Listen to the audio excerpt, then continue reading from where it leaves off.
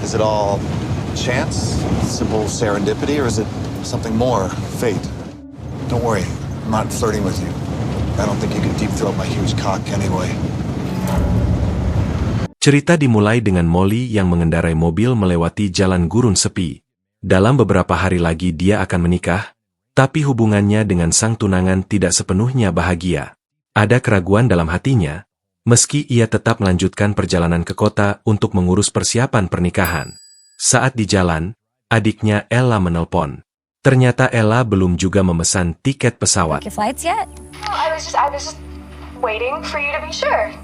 I just want you to be happy, okay? I am happy. I'll book a refundable ticket. Really? I'm kidding. Setelah menutup telepon, Molly mencoba mengalihkan pikirannya dengan memutar musik. Ia lalu memilih jalur pintas agar lebih cepat sampai.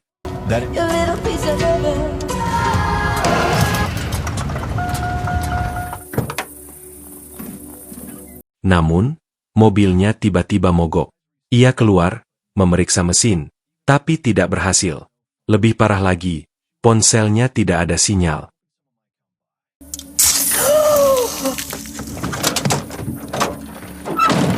Hi.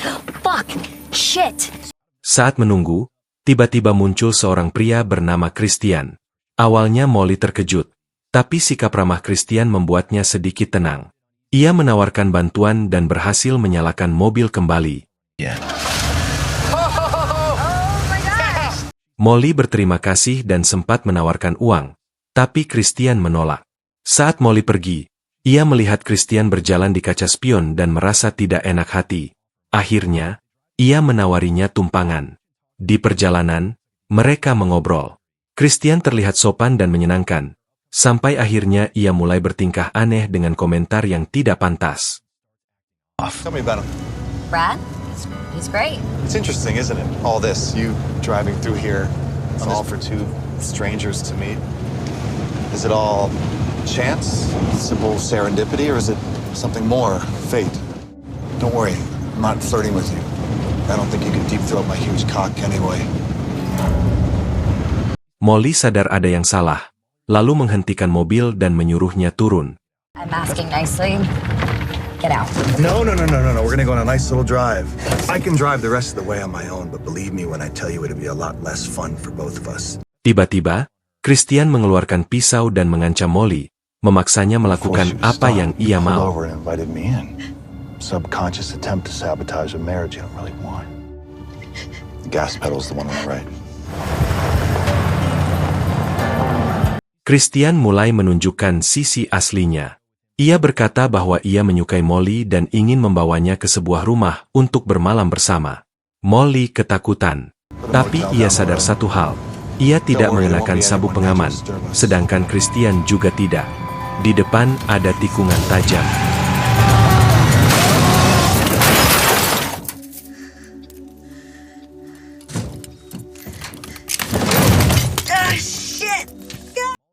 Mobil akhirnya terguling. Molly terjebak terbalik di dalam mobil. Satu kakinya terjepit di kursi.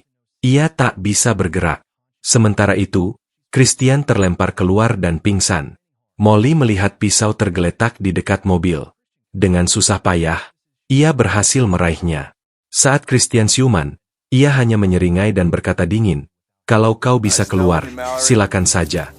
Lalu ia pergi, meninggalkannya begitu saja.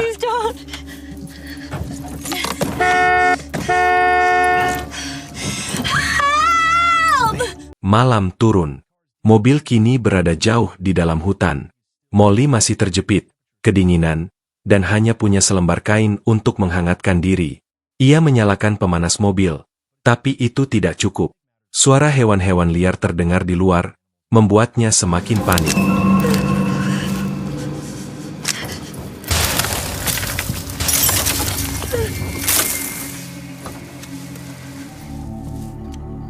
Pagi tiba. Ia melihat beberapa rusa dan sedikit lega karena bukan predator. Namun, Christian kembali. Ia terlihat sehat, bahkan ceria, seakan menikmati penderitaan Molly. I need water and food.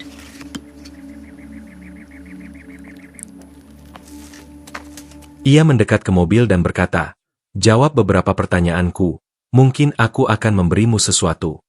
Karena putus asa, Molly terpaksa menuruti. Theo. What did he do to you?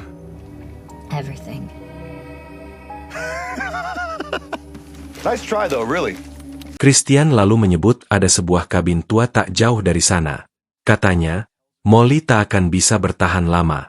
Setelah itu, ia pergi lagi. Malam kedua datang. Suhu semakin dingin. Kaki Molly mulai mati rasa. Untungnya ia menemukan korek api di mobil. Ia membakar kertas dan benda-benda kecil untuk menghangatkan diri. Ia sempat tertidur sebentar, tapi kemudian terbangun karena merasakan sesuatu menggaruk tubuhnya.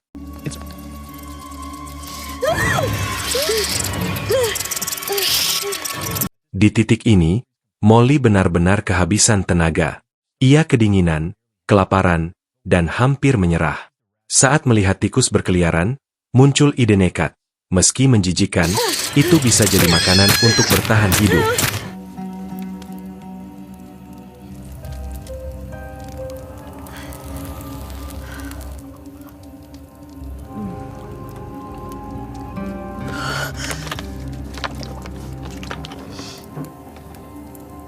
Menjelang pagi, Molly mendengar sesuatu yang mengejutkan. Ponselnya berdering. Letaknya jauh dari jangkauan. Tapi setelah berjuang keras ia berhasil meraihnya. Layar kecil yang menyala memberi harapan pertama setelah berhari-hari terjebak. Mungkin, kali ini, bantuan benar-benar datang. Namun sebelum ia sempat berbuat apapun, Christian muncul lagi. Cepat-cepat Molly menyembunyikan ponselnya. Dengan santai, Christian mulai bercerita tentang sebuah kabin terdekat. Bahkan mengaku pernah mengurung sebuah keluarga di sana agar tidak bertemu dengannya. Ia lalu berkata membawa sesuatu untuk membantu.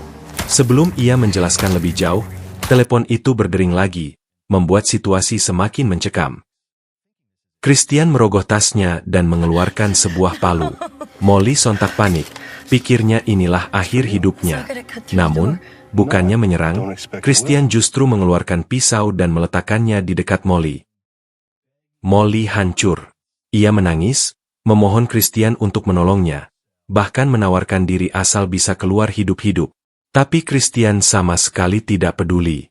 Dengan tangan gemetar, ia meninggalkan pisau itu dan pergi begitu saja. Putus asa, Molly mencoba menggunakan pisau untuk memotong bagian yang menjepit kakinya. Namun besi itu terlalu keras. Rasa sakitnya tak tertahankan. Frustrasi, ia melempar pisau itu. Malam kembali turun. Rasa haus kini menyiksanya. Sungai tampak dekat, tapi mustahil ia raih. Tepat ketika ia merasa semua harapan hilang, hujan deras turun. Molly menengadahkan kepala, menelan air hujan dengan putus asa, namun juga lega. Ia lalu menyalakan radio mobil. Berita melaporkan badai telah menutup jalan utama, membuat banyak orang terpaksa menggunakan jalur alternatif, jalur yang dekat dengannya. Harapan kembali muncul. Ia mulai berteriak minta tolong, berharap ada yang mendengar. Lampu mobil terlihat mendekat. Jantung Molly berdebar kencang, tapi ternyata itu Christian lagi. Cepat-cepat ia berpikir, lalu berpura-pura sekarat, terdiam, seakan kehilangan banyak darah. Christian berjalan mendekat dengan senter di tangannya, mencoba memastikan apakah Molly masih hidup. You actually try it?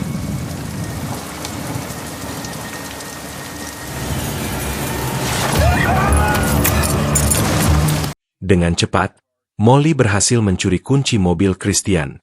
Ia mengunci pintu menggunakan remote, lalu menyalakan alarm sekeras mungkin. Untuk mengelabui Christian, ia berpura-pura melempar kunci itu agar pria itu tidak bisa kabur. Alarm meraung di tengah hujan deras, dan Molly berharap ada orang yang mendengarnya. Harapannya terkabul. Seorang polisi datang. Sekejap, Christian berubah sikap.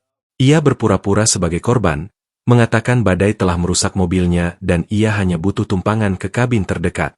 Melihat kesempatan itu bisa hilang, Molly berusaha menarik perhatian.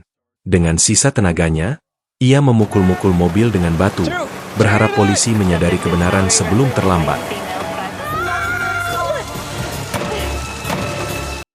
Hujan tak kunjung reda.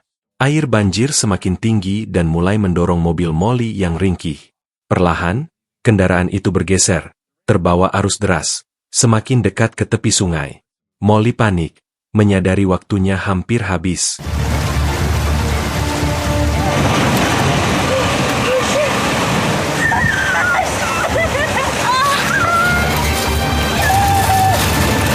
Dengan tangan gemetar, Molly meraih pisau itu lagi. Ia menahan napas, mencoba memotong apa yang menahan kakinya. Hampir tidak ada hasil, hingga tiba-tiba banjir menghantam mobil dan menyeretnya masuk ke sungai. Benturan keras membuat kakinya akhirnya terlepas. Rasa sakitnya luar biasa. Terhuyung-huyung, ia memaksa dirinya berenang ke tepian. Tubuhnya hampir menyerah. Dengan sisa tenaga, ia meraih dahan patah untuk bertahan, lalu perlahan bangkit dan menyeret kakinya yang luka. Kepalanya berputar, tapi satu hal menguatkannya, ucapan Christian tentang sebuah kabin di dekat sana. Itu satu-satunya harapan. Ia berjalan terseok-seok melewati lumpur dan hujan, hingga akhirnya, di kejauhan, ia melihat sebuah bangunan tua. Saat mendekat, suara tangisan seorang gadis terdengar dari dalam.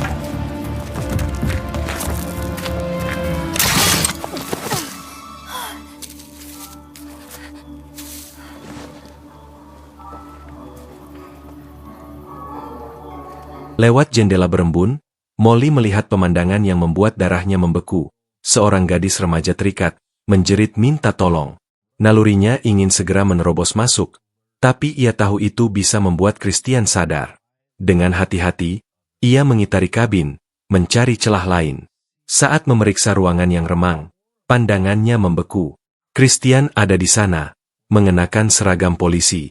Tubuh petugas yang sebelumnya datang untuk menolong kini terkapar. Wajahnya lebam penuh luka setelah dipukuli. Jantung Molly berdegup liar. Ia menahan napas, melangkah lebih dalam, dan menemukan kengerian yang lebih besar. Keluarga yang seharusnya tinggal di kabin itu, semuanya sudah dibantai. Hanya gadis remaja itu yang masih hidup.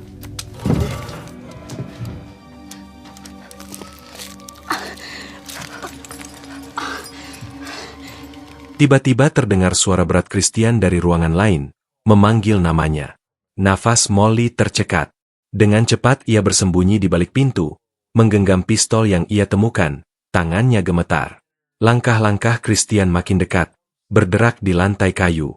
Saat sosoknya muncul melewati ambang pintu, Molly memberanikan diri. Ia melompat keluar, mengangkat pistol, dan mengarahkannya tepat ke dada Christian. Molly berhasil lolos dari genggaman Christian dan bersembunyi di bawah meja. Tapi langkah berat itu mendekat. Ia menahan napas, berharap tak terlihat. Hingga akhirnya, meja tersingkap, dan mata mereka bertemu. No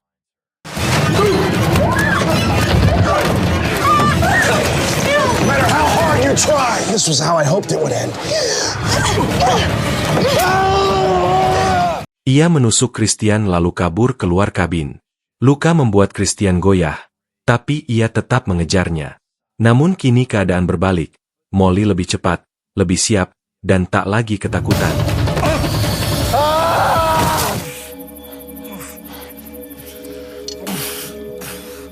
Christian menjerit kesakitan, terjebak tanpa daya. Molly dan gadis itu berdiri di atasnya. Dengan dingin, Molly menyodorkan pisau yang dulu pernah ia tinggalkan. "Perlu bantuan?" ucapnya. "Kau menyuruhku memotong kakiku. Sekarang giliranmu, lakukan, atau mati seperti yang kau biarkan aku alami." Christian hanya bisa meraung putus asa. Molly menatapnya sebentar lalu berbisik, "Mungkin kau benar, mungkin ini memang takdir." Ia berbalik, menggandeng gadis itu, lalu melangkah pergi menembus hujan malam. Mimpi buruk akhirnya berakhir, atau baru saja dimulai.